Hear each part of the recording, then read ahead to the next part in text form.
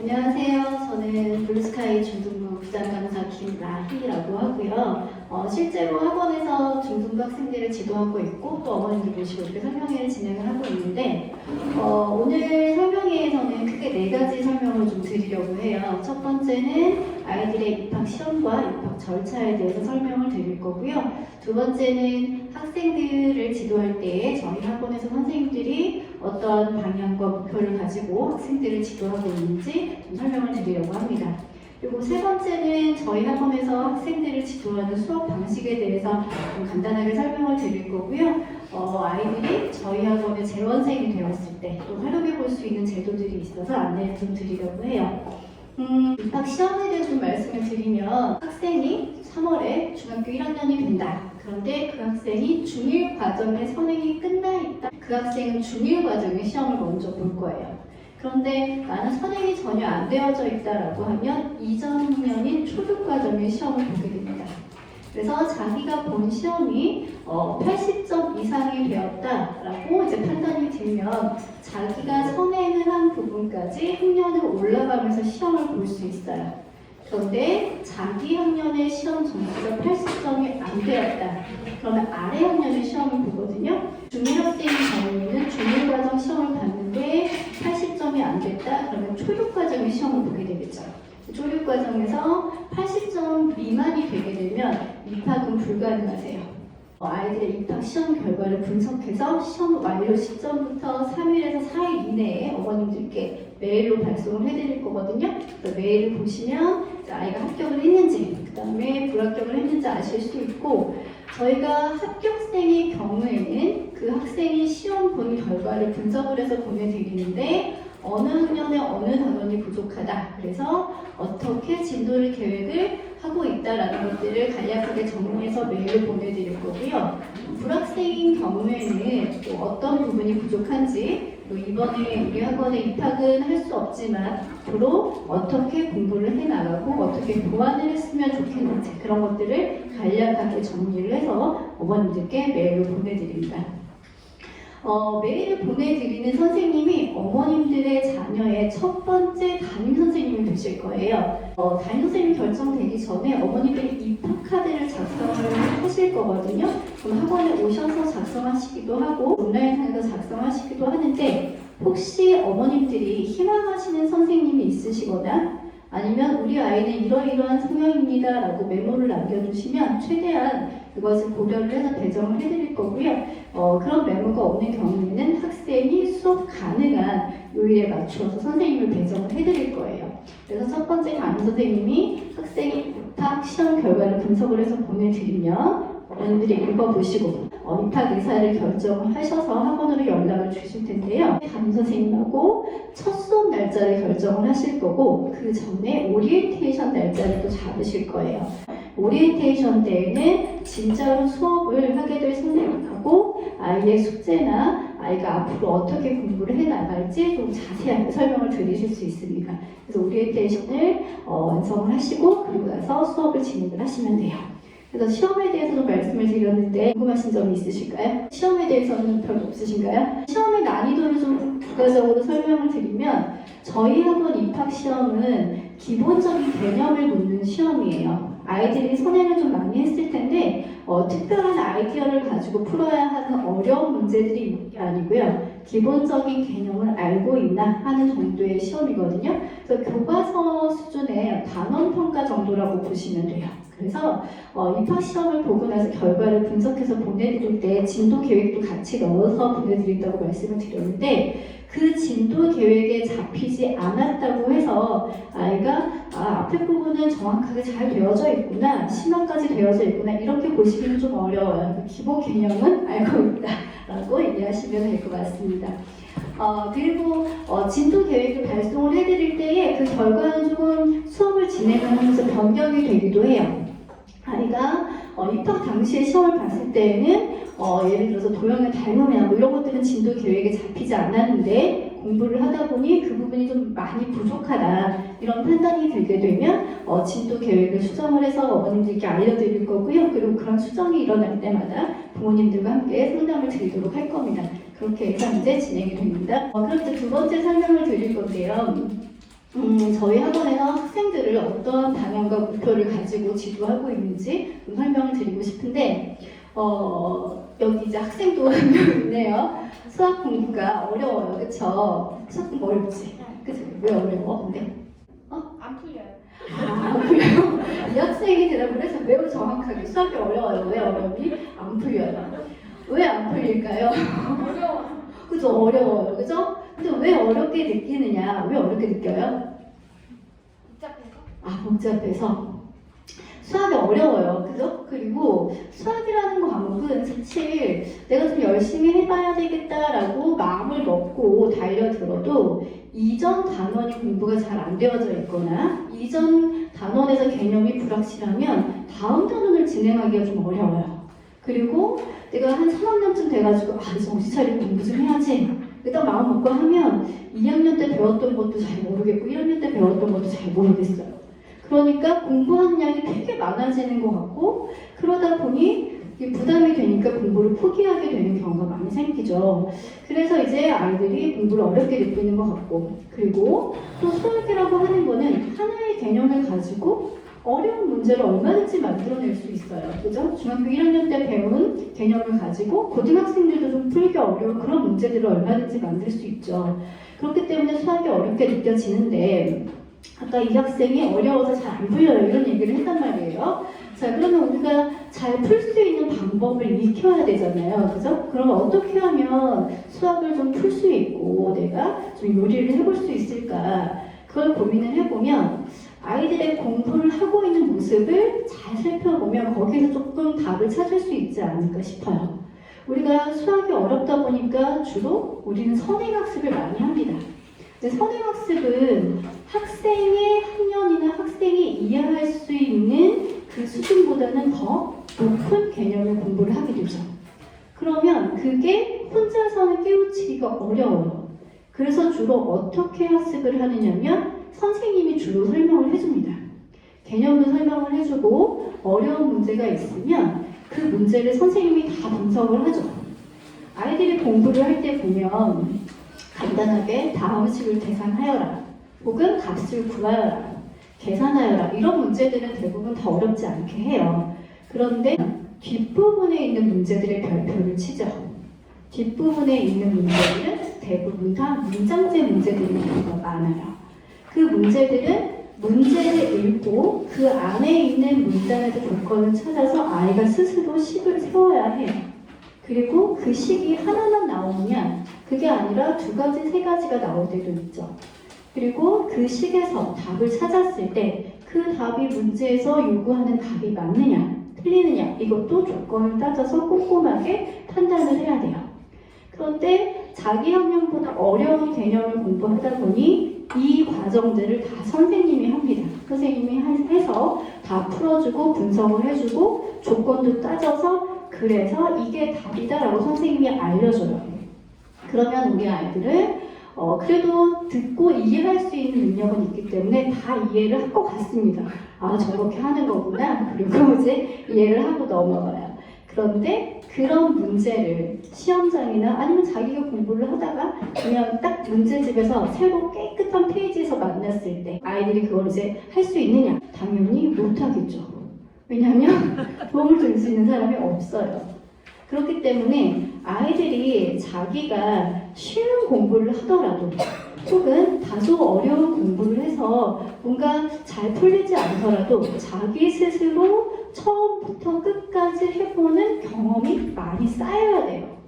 그게 뭐 성공이 될 수도 있고 실패를 할 수도 있겠죠. 그럼 실패를 하다 보면 막히는 부분이 생길 거고 그 막히는 부분에 대해서만 선생님한테 소극적인 도움을 받아야 돼요. 그러면 아이가 자기가 생각을 하다가 막히는 부분에서 선생님이 도와주고 그게 채워지면 그 다음 단계는 또 스스로 생각을 해보고 그렇게 해서 문제를 풀고 나면 그 문제도 새로 한번 다시 풀어보고 이러한 수학적인 경험들이 쌓여야 자기 스스로 생각할 수 있는 힘이 커질 수 있고 만들어질 수 있잖아요.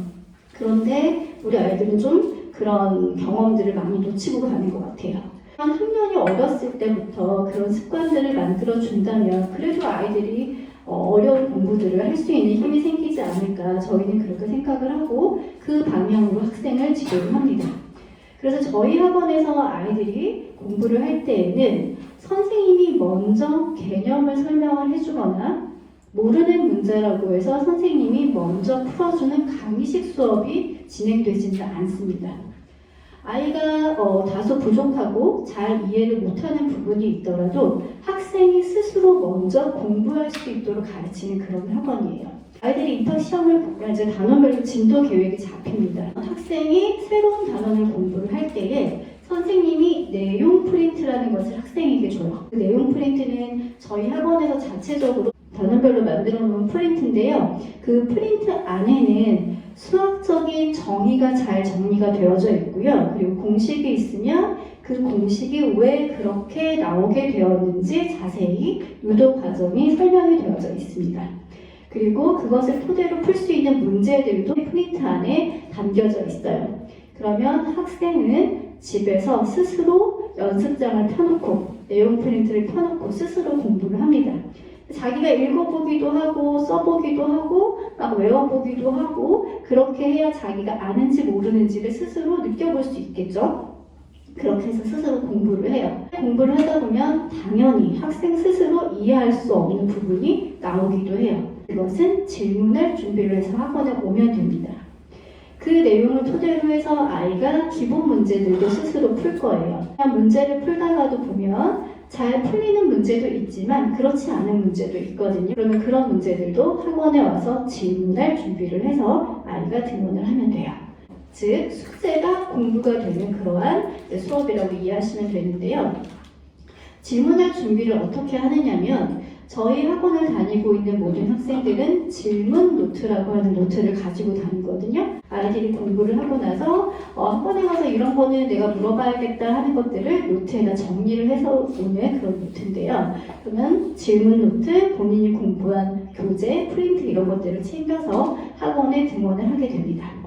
선생님은 당연히 학생에게 숙제를 내주고 나면 그 학생을 위한 수업 준비를 개별적으로 하세요. 그 숙제에 따라서 예상되어지는 학생의 질문들은 있을 거고 이 학생한테 오늘 이런 것들을 질문해 봐야겠다. 이런 것들을 가르쳐야겠다라는 수업 계획을 미리 다 준비를 하고 있습니다.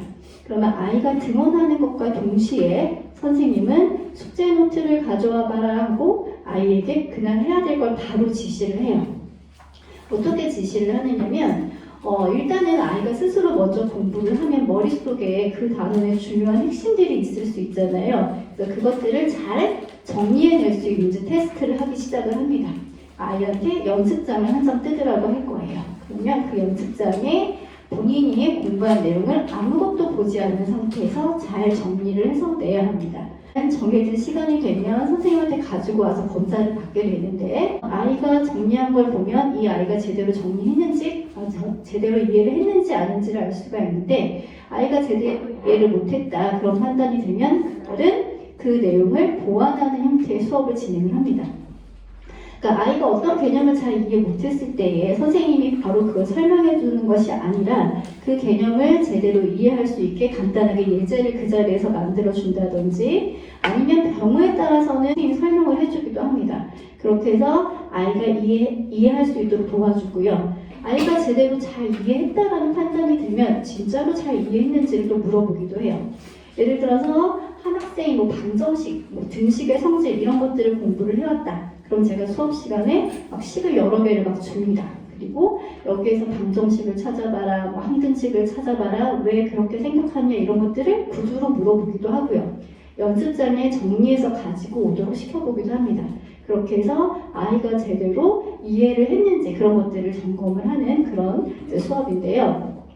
그렇기 때문에 아이들이 단순히 문제만 풀어오는 숙제를 해서는 안 되겠죠. 본인이 공부하고 정리해보고 이해가 안 되면 자꾸 질문하는 노력을 해야 돼요. 수업 시간에 체크하는 과정을 통해서 아이 스스로 잘 이해했다고 판단은 해봤지만 선생님이 물어보면 잘 이해가 안 됐네 이런 것들이 이렇게 드러날 수도 있잖아요. 그렇게 하면서 공부하는 방법을 가르치는 그런 수업이라고 이해하시면 될 것 같아요. 그렇게 해서 이제 아이들이 선생님과 함께 부족한 내용과 개념을 이제 보완을 하기도 하고 내용을 정리를 합니다. 그것을 토대로 해서 문제풀이도 하게 돼요. 그러니까 아이가 숙제를 해서 문제 중에서도 질문이 있을 수 있는데 그 문제들을 선생님이 일방적으로 풀어주는 것이 아니라 그 문제하고 관련된 내용을 선생님이 다시 물어봅니다. 그러면 이 문제를 풀기 위해서 어떤 내용을 적용해야 될 것 같아? 네가 공부한 것 중에서 그 내용의 한번 제목을 말해봐봐.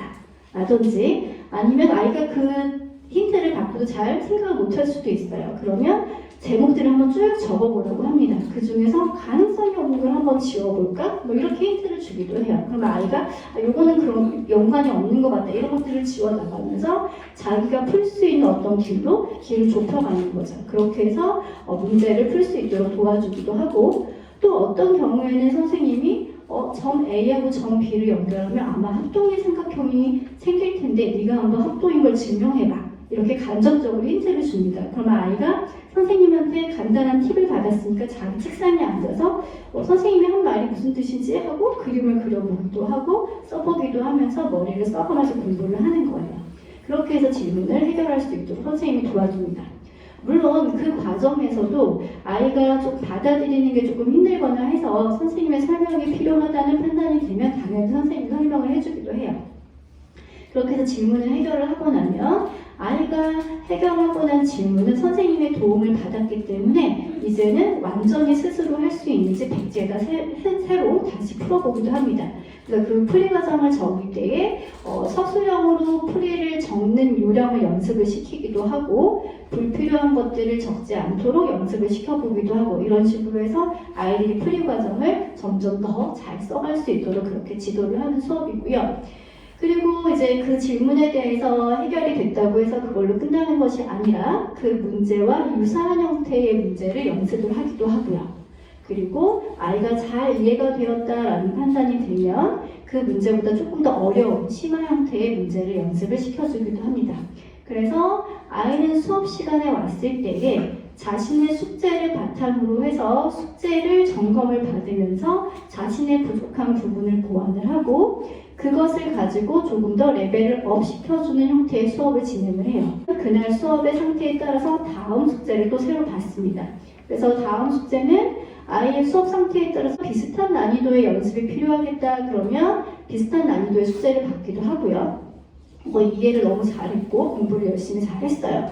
그러면 조금 더 심한 문제를 숙제로 받기도 합니다. 그렇게 해서 다음번에는 같은 단원에 대해서 다른 형태의 숙제를 받아서 집으로 가게 될 거예요. 그런 과정들을 반복을 하다 보면 한 단원에 대해서 완성도가 생기겠죠. 그 완성도가 보통은 아이들이 숙제를 열심히 성실하게 자기 능력과 최선을 다해서 하면 보통 한 단원을 2주에서 3주 정도면 마감을 하게 돼요. 그 마감을 하는 수준은 조금 차이가 있을 수 있습니다.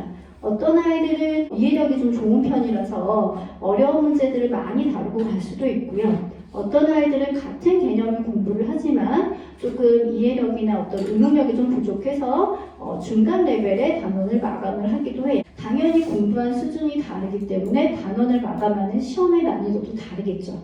그렇게 해서 아이들이 단원 마감 시험에서 정해진 기준 점수가 있는데요. 그것도 약간 차이가 있는데 보통은 90점의 기준 점수가 있습니다. 그래서 그 점수를 통과를 하면 단원을 마감을 하고 다음 단원으로 진행이 되는 그런 수업이에요. 이런 수업이 저희 수업 시간에는 1대1 개별적으로 이루어지는데 보통 하루에 한 선생님이 10명에서 15명 정도의 수업 인원을 가지고 수업을 진행을 합니다. 그 10명이나 15명의 학생들은 다 수업의 진도나 그 다음에 학년들이 같지 않아요. 다 다르게 구성이 되어져 있거든요. 학원 수업은 강의직 수업이 아니고 아이가 숙제를 먼저 해오고 그 숙제에서 부족한 부분 선생님이 찾아주고 그것을 학원에 왔을 때 선생님의 도움을 받으면서 스스로 각자의 공부를 하는 거예요. 그러면 각자의 공부를 할 때에 필요한 선생님의 도움이 있을 거고 단계 필요한 힌트들이 있거든요. 그러니까 그거를 선생님이 줘가면서 아이들의 시간과 그 다음에 학습 과정을 관리하는 그런 1대1 개별 수업이라고 이해하시면 될 것 같아요. 그러니까 학생들이 학원에 왔을 때 간단하게 학생에게 간단한 설명을 해주거나 간단한 팁을 줍니다. 그러면 학생은 그 힌트를 듣고 자기 자리에서 5분, 10분 공부를 하게 돼요. 그럼 그 시간 동안에 저는 또 다른 학생을 불러가지고 그런 작업을 하겠죠. 그래서 학생들이 스스로 공부할 수 있도록 전체를 운영하는 그러한 개별 수업이라고 이해하시면 될 것 같아요. 수업하는 방법에 대해서 좀 간단하게 설명을 드렸는데요. 질문이 좀 있으시면 몇 분 질문을 받고 제가 다음 설명을 이어가도록 하겠습니다. 아이가 기본 그런 수준의 숙제를 내주고 그거를 잘 수행했으면 조금씩 걔는 레벨이 계속 심화 문제까지 풀 수 있는 그렇게 되는 거네요. 같은 2주 안에도. 네네. 그러니까 어머니께서는 아이가 수업을 처음 시작하게 됐을 때 숙제가 잘 되면 점점점 레벨이 올라가면서 진행이 되는지 그게 궁금하신 거죠? 네. 아이들마다 자기가 숙제를 먼저 해와서 선생님한테 점검을 받았는데 잘 되어져 있어요. 그러면 당연히 레벨을 점점 올려가면서 그 다음 숙제를 부과를 하는 거고요. 그런데 아이가 조금 이해가 잘 안 된 부분이 있어서 한 번 더 연습을 해야겠다 그러면 비슷한 난이도의 숙제를 주기도 하고 어떨 때에는 조금 더 난이도를 낮춰서 주기도 해요. 그거는 아이의 상황에 따라 다릅니다. 이해되셨을까요? 네. 아니 끝나면 다시 돌아오는 그런 거고 계속 앞으로 가나요? 네. 어머님께서 지금 단원이 끝나고 나서 복습하는 기회는 없는지 질문하신 거 맞으시죠? 저희는 아이들이 단원을 진행을 할 때 한 단원 한 단원 진행을 하면 단원끼리 연관성이 있는 경우가 있어요. 그러면 수를 공부하고 식을 공부했으면 수식을 한번 총정리를 해서 묶어준다든지 그 다음에 아이가 이제 입학시험을 봤는데 2학년 1학기를 예를 들어 보면 거기에는 5개의 단원이 있어요. 그런데 그 5개의 단원 중에서 첫 번째 단원하고 수 부분하고 방정식 부분만 공부를 했다. 그런데 2학년 1학기는 되게 중요한 단원들이 많거든요. 그러면 전체를 묶어서 한번 총정리를 해주기도 합니다. 그렇게 해서 아이가 부족한 게 있거나 아니면 기본은 알고 있는데 조금 심화를 단원별로 하지는 못했다. 그러면 총정리 수업을 통해서 심화를 해주기도 해요. 단원별로 진행을 하다가 묶음 총정리 수업을 중간중간에 진행합니다. 되셨을까요? 네. 수업 시간은 학생 학원에 와서 나오는 시간은 어느 정도 되는데요. 선생님하고 학생이 성취하는 그 시간이 있잖아요. 네. 그 시간은 또 어느 정도 되는지 궁금해요. 네. 그리고 일찍 끝나면 먼저 나올 수 있는 건지 네. 끝나는 시간까지 같이 있어야 되는 건지 네. 궁금하고요. 시간에 관련된 건 그거고요. 네. 또 하나는 동영상 강의가 네. 어느 정도, 그러니까 저는 현장과 선생님이 탄소해서 가르쳐 주시는 것과 이 동영상 강의를 아이가 직접 보는 거가 네. 어떤 차이가 있는지 정확히 모르겠어요. 네. 이 방식을 해야 되는 이유 설명 좀 해주세요. 네. 어머님께서 하신 질문은 크게 수업 시간에 대한 거, 그죠? 그거하고 그 다음에 동영상 강의를 어떻게 활용하는지 그리고 그렇게 강의를 듣는 수업과 블루스카이에서 하는 수업이 어떤 차이가 있는지 그거 질문하신 거 맞으시죠? 자, 그러면 저희 수업 시간은 아이들이 보통 5시에 등원을 해서 9시 반에서 10시 사이에 수업이 끝납니다. 본인이 해야 될 수업량이 끝나면 아이가 좀 일찍 가겠다라고 하면 어머니께 문자를 보내드리고 아이를 조금 일찍 마감을 해줄 수도 있고요. 그리고 그날 공부할 양이 많아요. 그러면 5시간을 온전히 다 채워서 수업을 하기도 합니다. 그래서 그날 수업 상황에 따라서 수업 총 시간은 좀 달라질 수 있어요. 그리고 이제 선생님이랑 아이들이 개별적으로 수업을 하는데 그러면 선생님과 아이가 개별적으로 터치가 되는 시간은 이제 어떠한지 그게 궁금하신 거잖아요. 근데 저희는 학원에 왔을 때 아이들이 다 개별적으로 공부를 합니다. 4시간 반이라는 그 시간 내내 아이들이 선생님의 관리하에 있는 거는 맞아요. 그런데 그 공부하는 시간은 선생님이 온전히 그 아이만 지켜보는 것이 아니라 모든 아이들이 선생님한테 도움을 받으면서 공부를 해나가는 거거든요. 그러니까 1대1로 선생님과 대화를 하거나 뭐 접촉을 하는 시간을 어머님들께서 뭐 산술적으로 계산을 해주시더라고요. 그럼 그게 15분인가 그렇대요. 그런데 그건 별로 의미가 없는 게 선생님이 아이한테 직접적으로 이렇게 해봐 저렇게 해봐 라고 직접적으로 말을 건네는 거는 그런 시간 적은 시간이 나오겠지만 그 공부하는 시간 내내 선생님의 관리하에서 자기 공부를 스스로 하는 그런 시스템이에요. 그러니까 산술적으로 시간을 나눈다는 거는 조금 저희 수업에서는 의미가 없는 방식이고요. 그러니까 동영상 강의는 저희가 아이들이 저희 수업 흐름에 맞춰서 공부를 할 수 있게끔 미리 개념이나 문제풀이를 찍어놓은 수업이긴 해요. 그래서 꼭 필요한 경우에는 숙제로 어떤 강의를 들어와라 라고 주기도 합니다.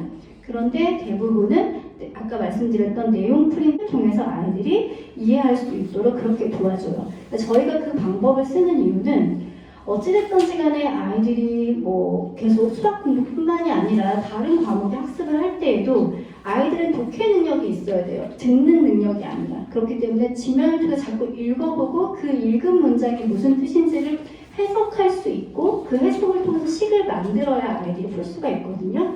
근데 그 연습을 하지 않고 계속 듣기만 하면 아이들은 문제 해석할 수 있는 힘을 기르기가 쉽지가 않아요. 그래서 저희는 지면을 통해서 공부하도록 시키는 것이고 그거 가지고 조금 힘들 때에는 이제 부가적으로 영상을 통해서 아이들이 도움을 받을 수 있도록 그렇게 지도를 하고 있습니다.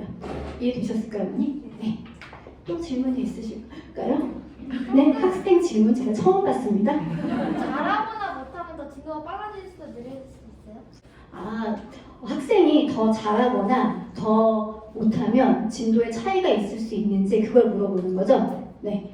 자, 선생님이 숙제를 줬을 때 아이가 열심히 해요. 그리고 이해력도 좋아요. 그러면 보통 아이들이 2주 만에 한 단원을 끝낼 수 있는데 친구 이름이 뭐죠? 신정주요. 형주? 형주가 되게 막 열심히 공부를 해요. 그리고 선생님이 준 거를 다 완벽하게 소화를 해왔어요. 그러면 당연히 수업 시간에 새로운 걸 선생님이 또 가르치겠죠. 그리고 또 새로운 문제를 더 어려운 것도 막 줍니다. 근데 그거 되게 잘해요. 그럼 당연히 진도가 빨라지겠죠. 그죠? 그런데 선생님이 숙제를 줬는데 그 숙제를 검사를 해보니까 막 구멍이 있어요. 풀어온 문제도 다시 풀어보고라고 하니까 잘 못해요. 그럼 어떻게 되겠어요? 느려지겠죠. 학원에 와서 다시 공부를 해야 되니까. 네. 그래서 본인이 어떻게 하느냐에 따라서 진도의 차이가 있을 수 있어요. 이해됐어요? 네. 네. 좋은 질문을 했습니다. 네. 네. 제가 아까 이해를 잘 못했는데요. 네. 2주나 3주 동안 한 과목을 끝냈다고 하셨는데 아이들마다 차이가 있잖아요. 네. 어떤 아이는 2주나 3주 동안 심화 과정까지 끝내고 어떤 아이는 중간 단계 정도 끝내는데 그러면 중간 단계까지 끝낸 애들은 그 심화 단계까지는 못하는 건가요? 어떻게 보충을 할 수 있나요? 어머님의 질문은 똑같은 기간 내에 어떤 아이들은 심화까지 하고 어떤 아이들은 같은 개념으로 중간까지밖에는 할 수가 없다라는 설명을 제가 드렸어요. 그러면 중간 레벨까지 하고 가는 아이들은 심화를 언제 하느냐 걱정이 된다 이 말씀하신 거죠. 걱정이 됩니다. 그런데 수학이라고 하는 과목은 예를 들어서 1학년 때 중학교 1학년 과정에서 도형 파트가 나와요. 중학교 2학년 때 도형 파트가 나오죠. 자, 그런데 아이가 공부하는 방법을 익혀서 중학교 1학년 때 공부를 해보니까 공부 방법을 익혀가면서 공부를 하다 보니 조금 그때에는 수학적인 역량이 크지 않아서 중간 레벨까지만 이제 문제를 다루고 갔어요. 자, 그래서 이 아이가 성실하게 열심히 공부를 잘해서 능력이 컸어요. 그러면 중학교 2학년 도형을 할 때에는 심화를 할 수 있는 상태가 될 수도 있습니다. 물론 그 상태가 조금 더 늦게 만들어지는 아이도 있겠죠. 그러면 그 아이가 다시 1학년 도형으로 가서 그 1학년 도형 심화 문제를 풀어봐야 할까요? 그건 아니죠. 왜냐하면 1학년 때 할 수 없었던 것도 실력이 점점 쌓이면서 그게 저절로 메꿔지기도 하고요. 또 같은 학기에 공부를 할 때에 아이들이 2학년 1학기 공부를 하고 있는데 1단원, 2단원을 하면서 이렇게 중간 레벨까지 했는데 아이가 성실하게 잘 따라와서 실력이 늘어나요. 그러면 3단원부터는 심화를 다루고 갈 수가 있어요. 그리고 단원별로 진도가 나간 다음에는 촌성리 수업을 하기도 하거든요. 그래서 그때의 심화 문제를 다뤄주기도 합니다. 그리고 또 이런 경우가 있어요. 저희 수업은 아이가 먼저 공부를 해오잖아요. 그렇기 때문에 아이가 집에서 숙제를 할 때에 너무 어려운 문제를 많이 받아서 어려운 문제 때문에 문제도 못 풀고 시간만 버리는 경우가 있거든요.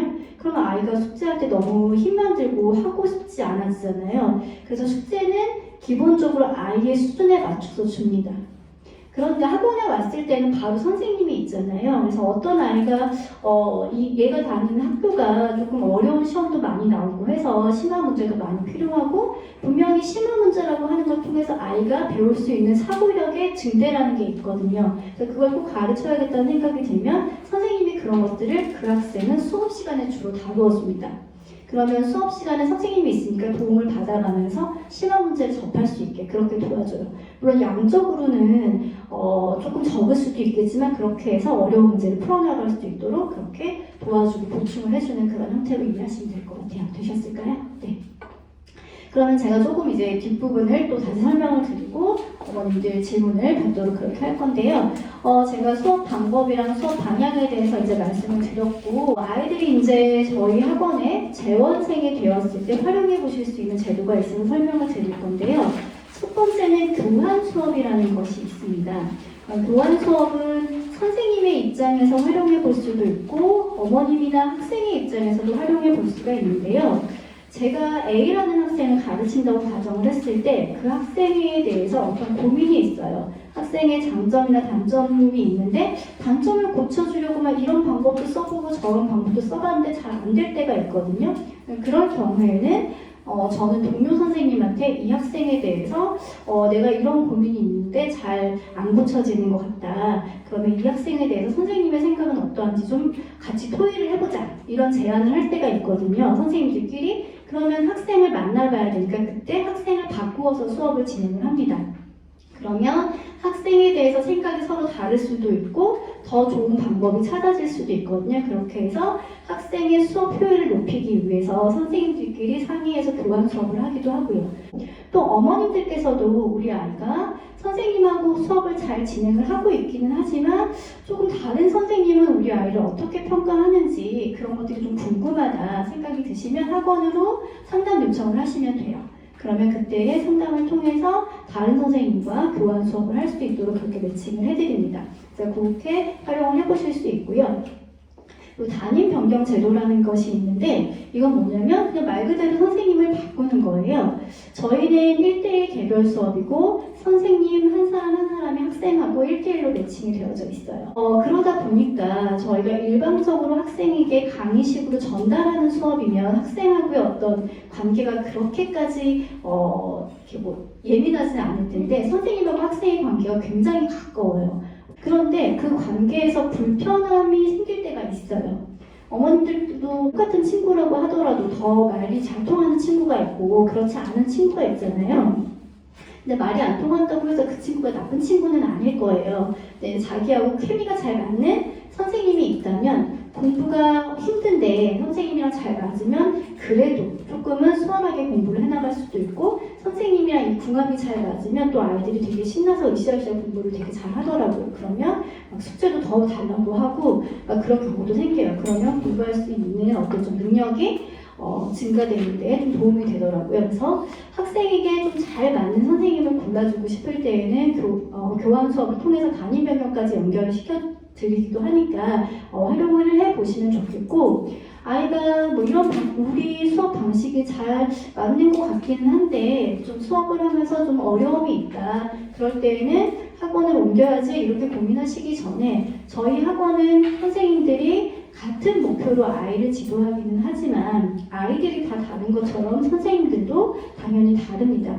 각자의 개성이 있고 장단점이 있기 때문에 학생하고 잘 맞는 선생님을 골라주신다면 또 아이가 잘 수업을 따라갈 수 있어서 활용해 보시면 좋겠습니다. 그래서 이제 두 가지 제도에 대해서 말씀을 드렸고요. 어머님들께서 또 여기까지 들으시고 궁금하신 점이 있으시면 제가 질문을 조금 더 받도록 할게요. 있으실까요? 네.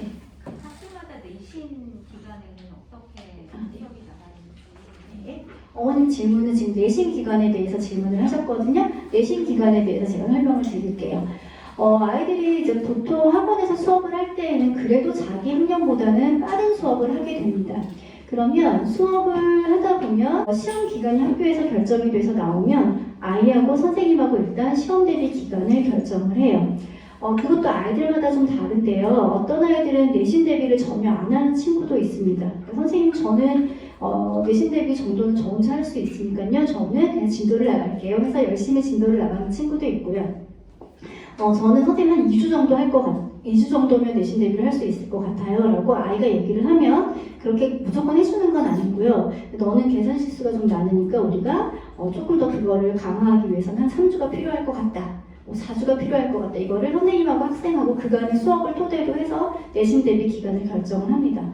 그러면 그 기간에는 수업 나가던 진도를 멈추고 내신 범위에 해당하는 단원을 집중적으로 공부를 하게 돼요.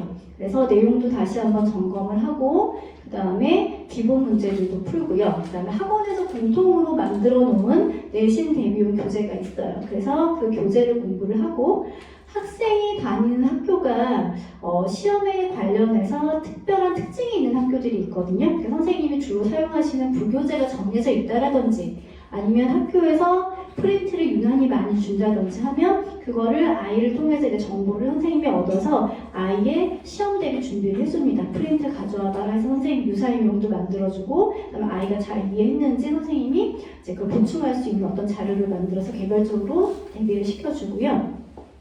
그리고 이제 학군에 왔을 때에는 모의고사를 또 실시를 해요. 아이들이 실제로 잘 알고 있어도 시간 내에 정확하게 그 문제를 다 풀어서 내야 되고 답안 작성도 해야 되잖아요. 평소에 풀이 과정을 서술형으로 지도를 하고 있어서 시험 기간이라고 해서 특별히 서술형 지도에 더 강점을 두지는 않지만 그래도 시간 내에 쓰는 연습은 해야 되기 때문에 아이들이 모의고사를 통해서 시험 연습을 할 수 있도록 그렇게 내신 관리를 하고 있습니다. 네. 어머니께서 이제 아이가 내신 대비를 혼자 하고 싶을 때 휴원이 가능한지 그거 질문하신 거죠. 저희가 공식적으로 내신 대비를 위해서 중간에 휴원을 해드리거나 하지는 않습니다. 그래서 그거는 아이의 상황이 이제 굉장히 특별한 경우가 있을 수도 있잖아요. 그래서 그런 상황들에 대해서는 수업이 시작된 후에 담임 선생님과 이제 상담을 하실 수 있으시고요. 근데 전체 학원 규정에 있어서는 저희가 그런 경우에 휴원을 하고 뒤에 다시 복귀를 해서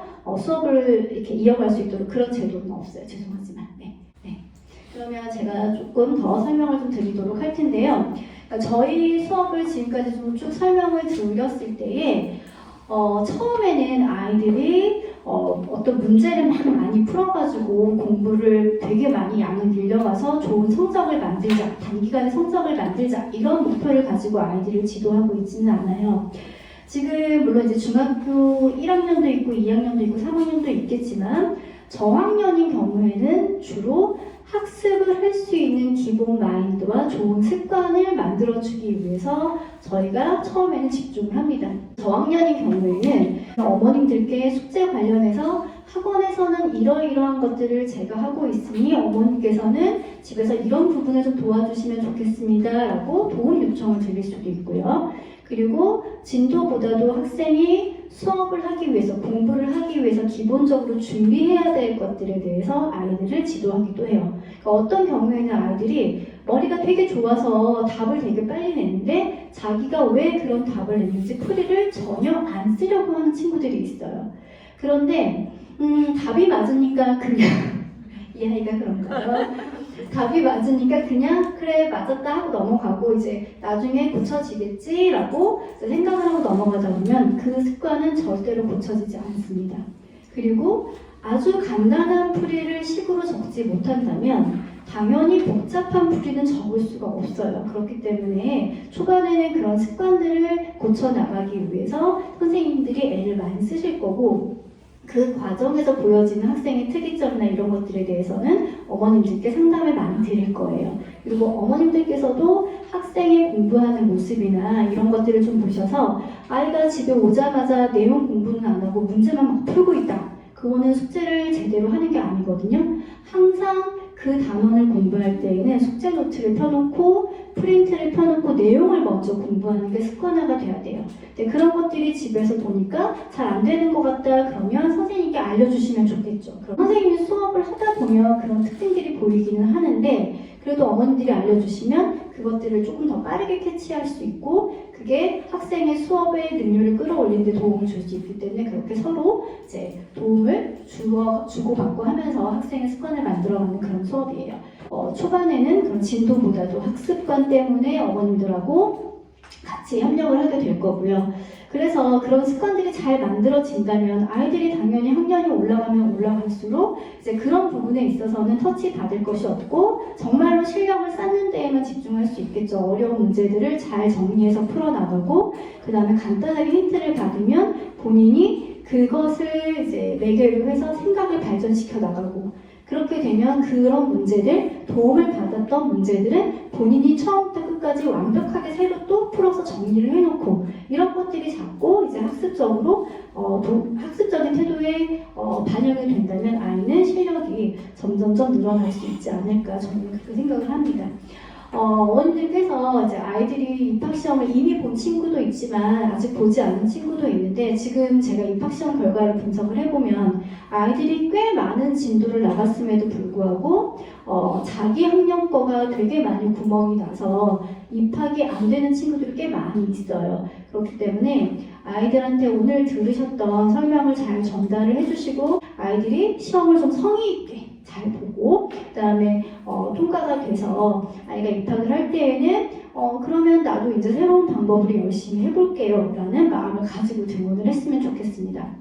아이들이 그런 마음을 가지고 저희 학원에 등원을 한다면 저희 선생님들은 그 마음을 이제 잘 받아서 아이들이 단점은 잘 고쳐가고 또 장점은 더 강해지도록 그렇게 지도를 할 마음을 가지고 저희가 준비를 하겠습니다. 네, 이제 마무리를 좀 하려고 하는데요. 좀 어머님들께서 저희 학원에 관심을 가지시고 이렇게 설명에 참석해 주시고 저도 나름 좀 준비를 해서 설명을 드리고자 했는데 도움이 되셨는지 모르겠어요. 오늘 들으셨던 내용들을 학생들한테 잘 전달을 해주시고 아이들이 열심히 해보겠다라는 마음을 가지고 등원을 했으면 좋겠고요. 저는 또 다음번에는 아이들을 강의실에서 수업을 통해서 만남이 되기를 기대하겠습니다. 경청해 주셔서 감사하고 귀한 시간 내주셔서 감사드립니다. 감사합니다.